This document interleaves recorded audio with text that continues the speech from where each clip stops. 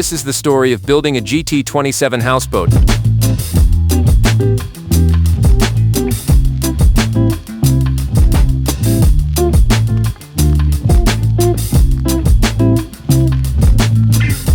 Every part of the boat had to be cut from flat sheets of marine plywood.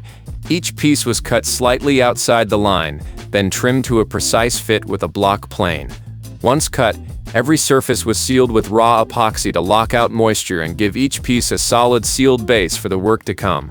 This was the foundation, slow, careful work at the very beginning, the part no one sees but everything depends on.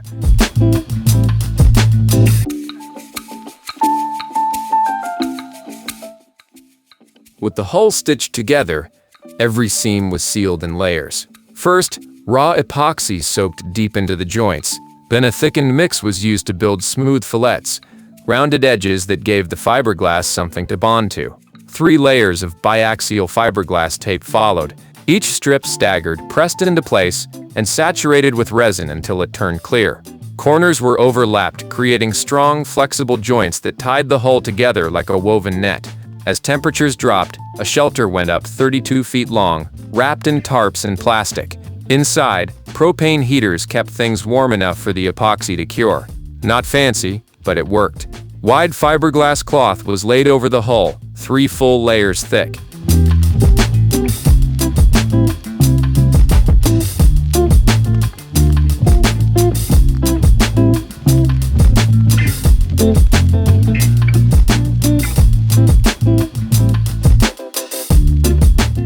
This stage of the build focused entirely on strength and sealing.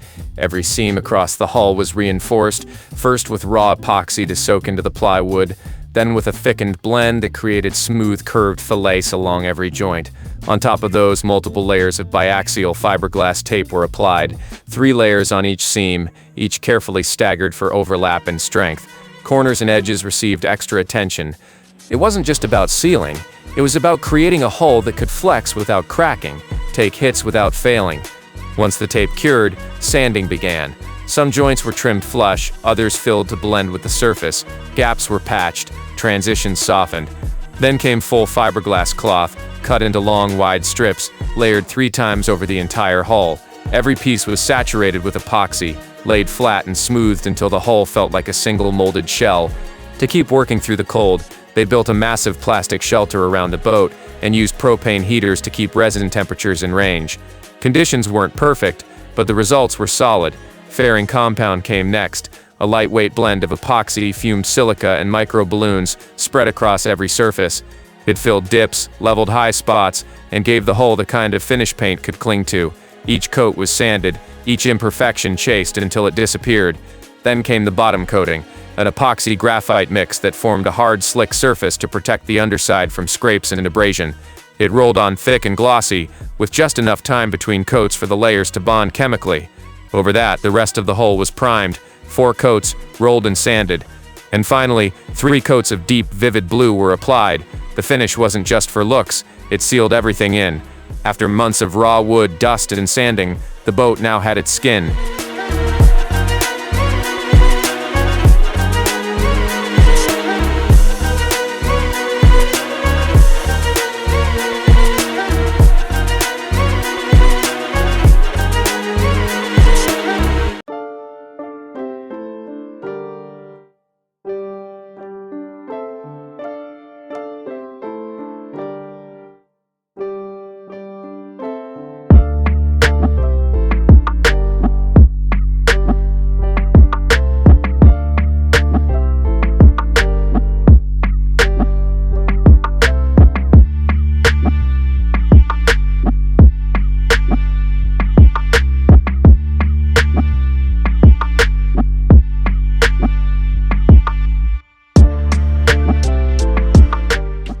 With the exterior fully sealed and painted, the next milestone was getting the boat upright. They built 2 tall towers at either end of the hull and rigged up a chain hoist system. Steel rods ran through the transoms, acting as pivot points. With lifting straps secured and the structure fully braced, the hull was slowly rotated, carefully, inch by inch, until it stood upright on its trailer. A precise fit onto custom-shaped bunks meant the hull was fully supported and ready for interior work to begin. The focus now shifted to the inside. Every interior seam, every corner, every joint was sealed with the same care as the outside. Epoxy fillets were laid into the seams, followed by layers of fiberglass tape to reinforce the structure from within.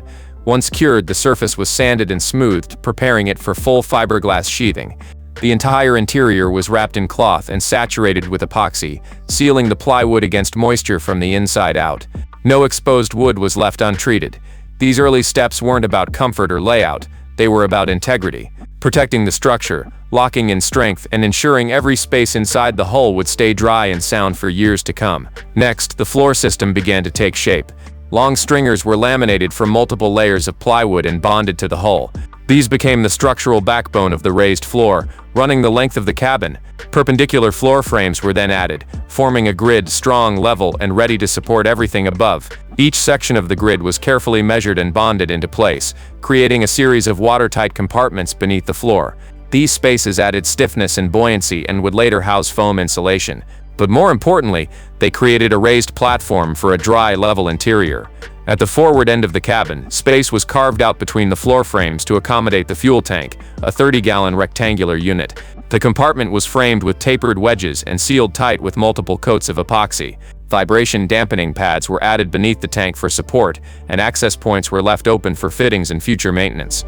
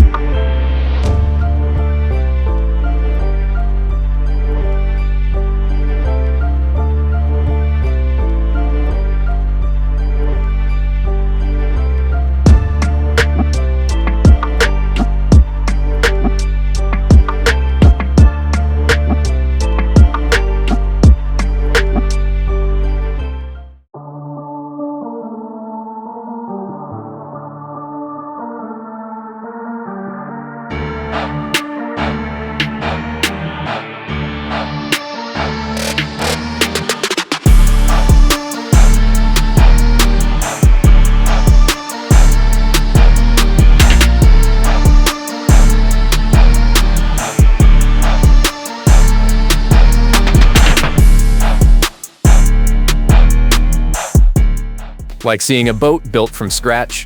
Tap subscribe and stay aboard. We're just getting started.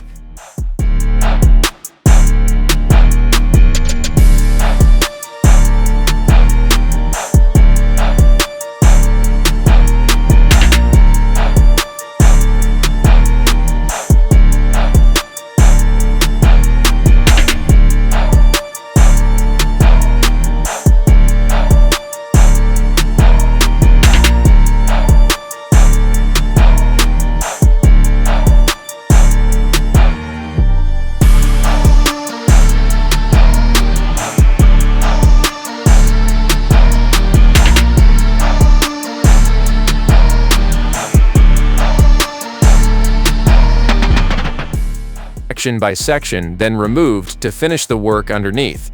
Where the fuel tank would sit, strips of high-density rubber were cut and bonded to the floor. These helped dampen vibration, allowed for airflow beneath the tank, and reduced the chance of condensation forming under pressure. The tank was then positioned over custom-shaped wedges to cradle its shape and provide full-length support.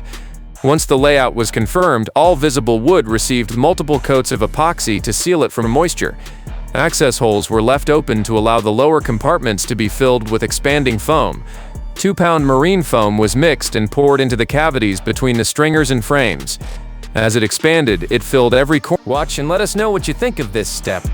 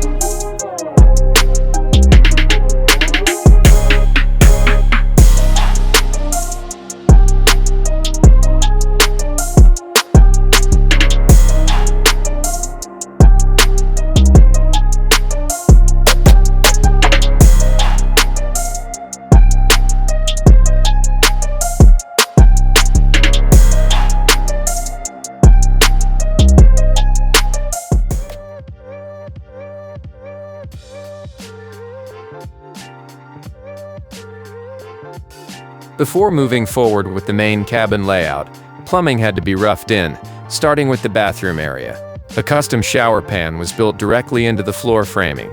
It was shaped using tapered wedges, each one cut with a precise slope to guide water forward into a narrow drainage trough. That trough was also sloped, funneling everything to a central drain that led aft toward a small gray water tank with a pump and automatic sensor. To keep the drain sealed tight, an additional plywood flange was bonded beneath the opening. Before moving forward with the main cabin layout, plumbing had to be roughed in, starting with the bathroom area. A custom shower pan was built directly into the floor framing. It was shaped using tapered wedges, each one cut with a precise slope to guide water forward into a narrow drainage trough. That trough was also sloped, funneling everything to a central drain that led aft toward a small gray water tank with a pump and automatic sensor. To keep the drain sealed tight, an additional plywood flange was bonded beneath the opening, creating a stiff, flat surface for mounting hardware. Everything was coated in epoxy, sealed and checked for fit. Proper drainage wasn't left to chance. It was built into the framing from the start. With plumbing roughed in, attention turned upward. The roof structure began with a series of transverse beams, each one laminated from 3 layers of plywood. These beams defined the cabin's curve and added rigidity to the entire upper structure. Notches were routed into each beam to hold 5 long roof stringers, slender wooden strats running bow to stern. Each stringer was scarfed together for full-length coverage, rounded on the bottom edges for a precise fit, and sealed with multiple coats of epoxy. The notches were mirrored on the forward and aft bulkheads, allowing the stringers to run continuously from end to end. Once everything was aligned and dry fit, the beams were bonded into place and clamped tight. Together, the curved beams and roof stringers formed a strong, lightweight framework, ready to support the cabin roof.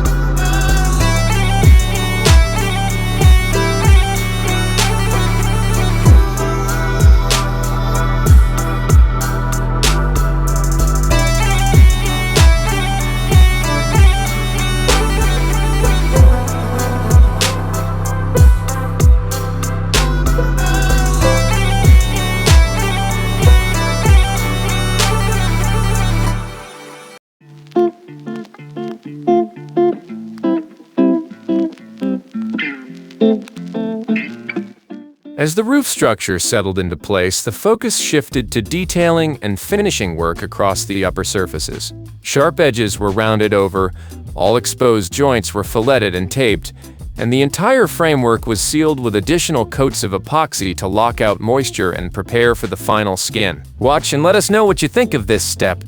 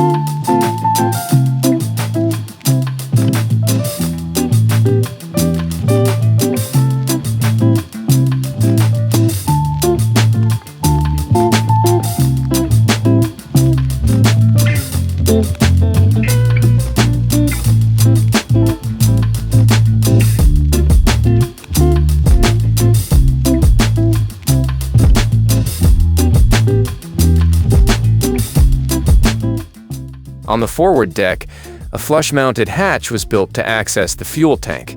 The opening was trimmed clean with a router, and a raised rim was bonded around the edge to support the hatch lid. Clearance was checked to ensure room for fuel fittings and tank expansion, and the underside was reinforced for durability. Once complete, the hatch provided direct weather-sealed access to the fuel compartment without sacrificing deck space.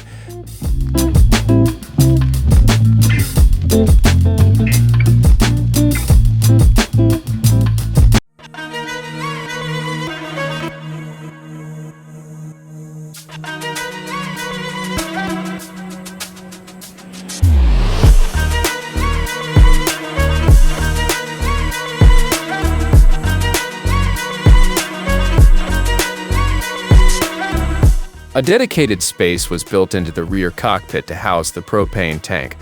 One of the storage seats was converted into a sealed propane locker designed to meet safety requirements and keep the system isolated from the rest of the cabin.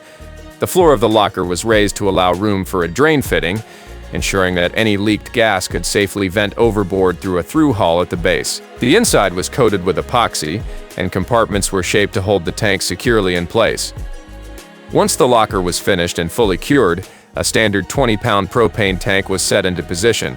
The hatch lid was test fit, clearances checked, and fittings prepped for future connections.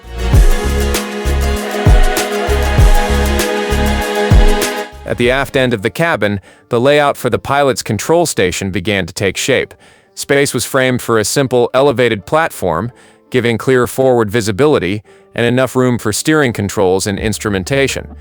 The height and placement were planned so the pilot could operate the vessel comfortably while seated or standing, with full access to both forward windows and side decks. Wiring channels were left open for future electrical and control connections.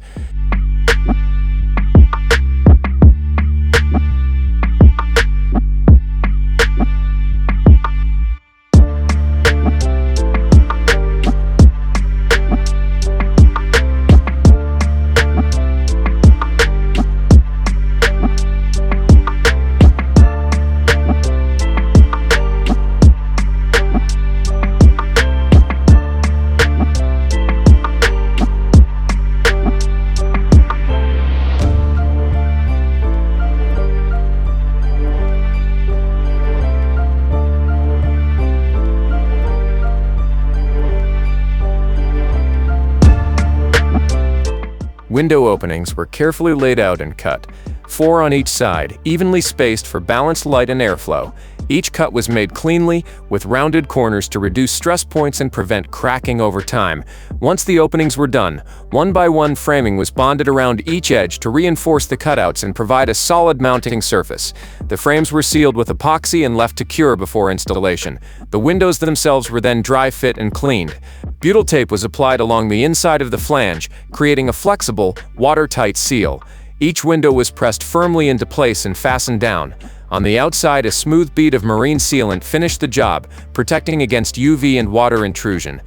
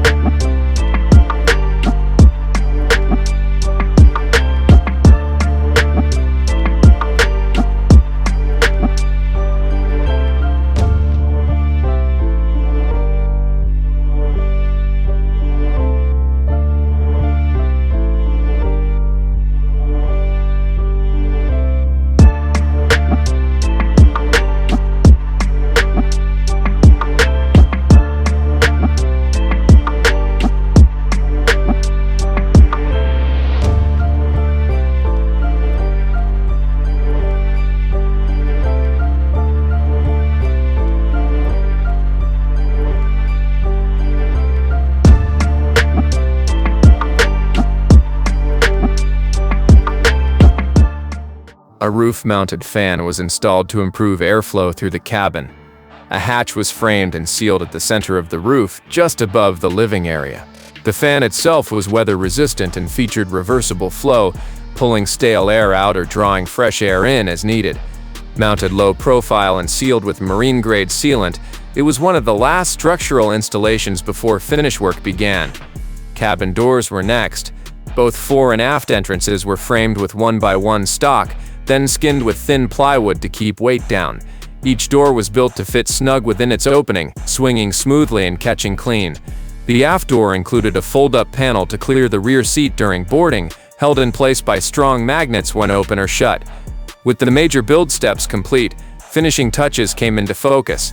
Grab handles were mounted along the cabin sides and roof, positioned for steady movement along the decks and ease of entry through the cockpit. Every screw hole was pre-drilled, epoxy-filled, then re-drilled to prevent water intrusion and strengthen the mount points. Surfaces were cleaned, sanded, and polished. Hardware was test-fit, removed and reinstalled. Decks were wiped down, frames checked for square, and all exposed edges sealed one final time. At this stage, nothing was rushed. It was about fit, feel, and finish, small deliberate steps that marked the close of the build. Viewers could now watch in silence as the last few pieces clicked into place. The structure was done, the shape complete. What once was plywood and sketches now stood whole, sealed and ready for the water.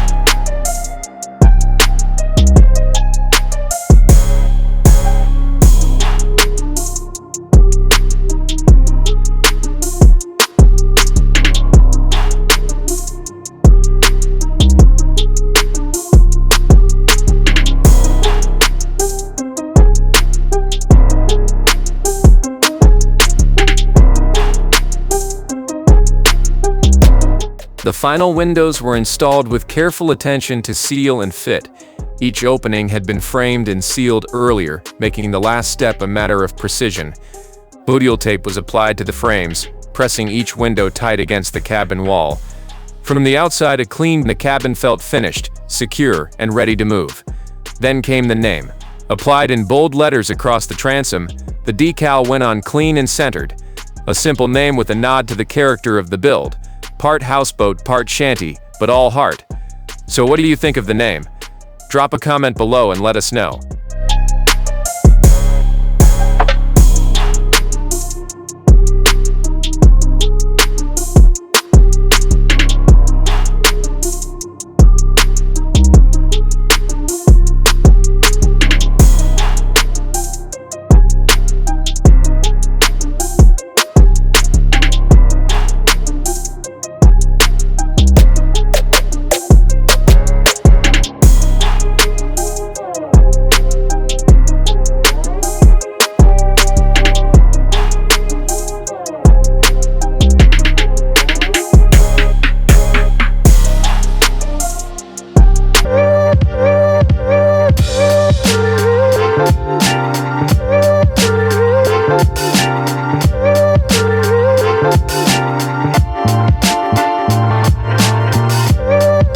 With all framing sealed and surfaces prepped, the last of the windows were ready to go in.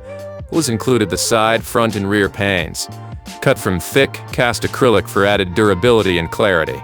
Before installation, the floors inside the cabin were given a light sanding and finished with a protective varnish. The clear coat brought out the grain of the wood and added a layer of defense against wear and moisture.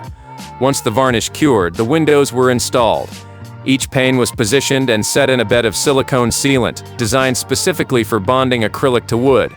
Clean lines were followed, and excess sealant was tooled for a tidy finish. With every window in place, the boat was fully enclosed. Bright inside, sealed tight outside, and finally weather. Ready from top to bottom. After months of building, sealing, sanding, and fitting, everything was finally done. The last coat of paint had dried, the hardware was in, and the name was on the back. The trailer lights flicked on, and slowly, the GT27 rolled out of the yard for the very first time. The build was finished. The journey had just begun.